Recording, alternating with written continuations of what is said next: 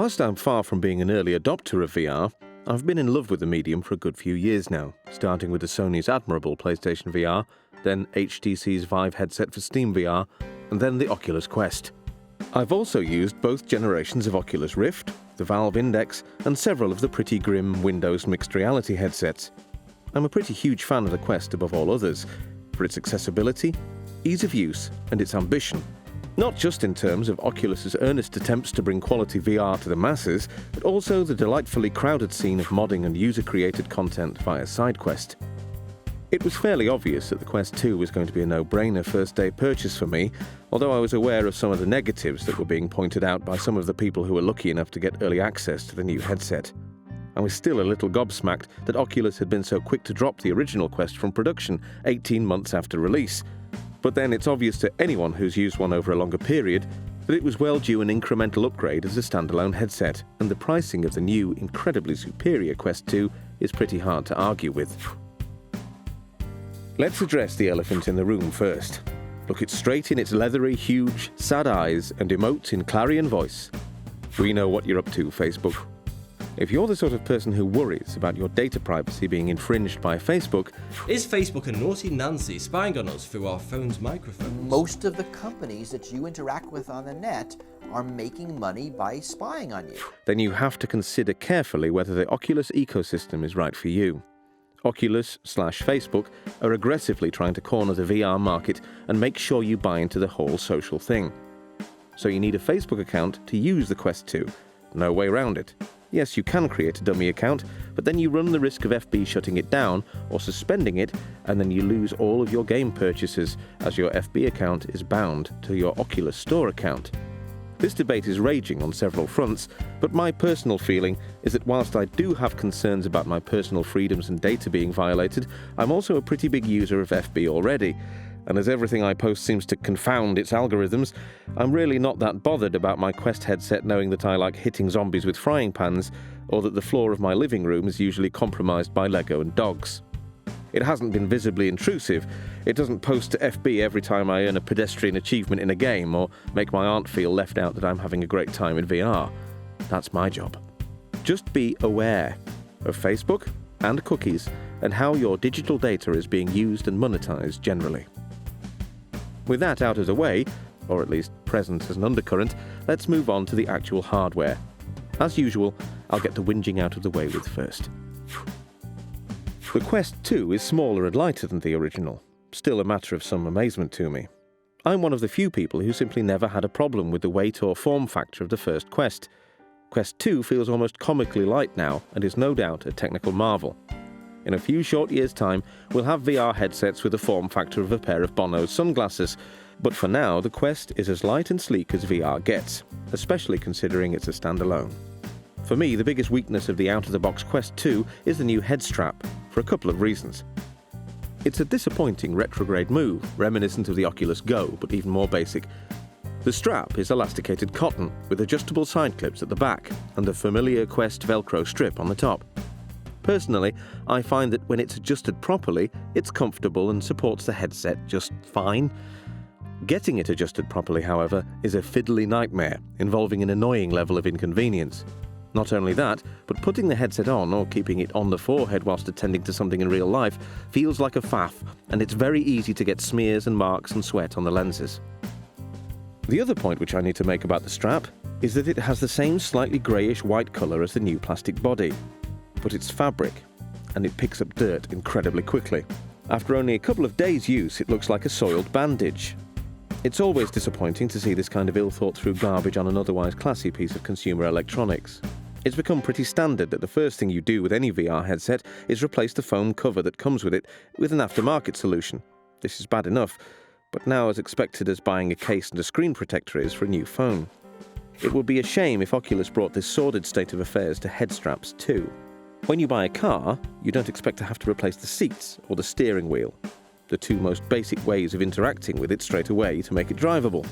Sadly, it's a similar case here.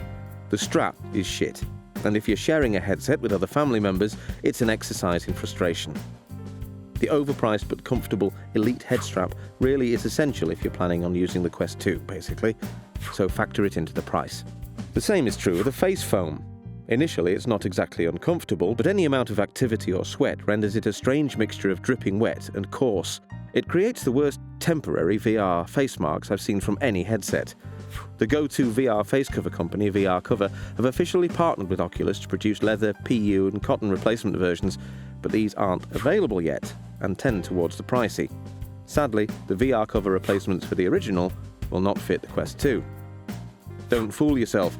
If you see yourself spending more than a few minutes a day using the Quest 2, you're going to have to factor in a replacement strap and faceplate to the price. So add another £80 at least to the RRP when you're budgeting, whichever of the two models you go for. So, you've fannied about with a head strap and got it comfortable. You've had to do it all again when you've been messing with the 3-stage IPD selector to get the display looking clear. Then you've had to use your microfiber cloth to clean the lenses off, because during all this they've picked up fingerprints, hair grease and sweat. You're in there, in the menus, finally. What's it like to use? Well, basically, it's like the Quest, but a lot more slick. You aren't going to see any changes to the menus or general look of the system. It's a beefed-up Quest. The display is sharper. The system is noticeably faster at booting, loading apps, recognising your room guardian, and generally feels that bit more powerful. On-screen text is a lot more legible and sharp. It's lovely. The new controllers are larger and more substantial in the hand. I love the form factor of the Quest 1 controllers. I think they're the most pleasing VR controllers ever made. I know that some people found them a bit small and had problems playing the likes of Beat Saber with them. These have longer, wider handles and a flatter control face, including a capacitive thumb rest. They feel great. Definitely better for pretending you're holding swords, fishing rods, guns, and yes, sabers. Games that don't directly support the enhanced power of the Quest 2 yet load faster and seem to run more smoothly. Games that do support it at launch are noticeably more impressive. Arizona Sunshine has better zombie models, textures and lighting, and now looks like a game from 2003 rather than 1999. Red Matter, already quite a beautiful game, is simply astonishing. Best of all, the sublime Real VR Fishing, in my opinion one of the very best reasons to own a Quest, has received a significant boost to its visuals, which are now crisper and more detailed and even more immersive. In the next few months we're going to see some really impressive stuff here. No, it's still not going to run Half-Life Alyx natively, but it's already clear that the Quest 2 is a massive step up in terms of raw power. If there's one thing I will miss about the original Quest, and which I think will really make it worth holding on to, particularly as a PC VR headset, it's the beautiful deep black of the OLED display. The Quest 2 might be faster, sharper and more powerful, but the LED panel display is noticeably lacking depth when it comes to the contrast of the display. Blacks are more grey now, and there's no way around it. I'm currently enjoying the hell out of The Walking Dead Saints and Sinners, review coming soon, and that's set largely in the half-light. The Quest 2 display looks washed out in comparison, and it definitely offsets the higher resolution and better frame rates of the new headset. I'd happily pay a premium to have an elite version of the Quest 2 with an OLED display. I think that would be the perfect VR headset. The onboard sound is equivalent to the original Quest. I continue to be bemused by those who don't think it's fairly incredible on either headset. It's immersive for those using the Quest and non-intrusive for other people in a shared space, with some pretty impressive spatial audio considering it's just coming from two little holes in the headset. And of course there's also the option of using whatever wired headphones you like. It must be noted that for the Quest 2 there's only one headphone socket on the headset, as opposed to the choice of left-right sockets on the original Quest. Headset battery life still isn't amazing, but better than the original Quest. A good run will probably be about an hour and a half to 2 hours depending. Yet another reason to invest in an accessory, in this case the Oculus Elite battery strap, out of stock in the UK at the time of writing. The battery life on the controllers is pretty incredible though. In the 4 days of more or less constant use, the single AA batteries that were supplied with the Quest 2 are still showing as fully charged. Oculus Link for PC VR works the same as it did on Quest 1. It might be my imagination, but it seems to boot faster and be a bit less prone to glitching. When Oculus patch in the 90Hz support as a standard, it will be a truly amazing VR headset. It can be enabled via a simple hack with ADB in the meantime.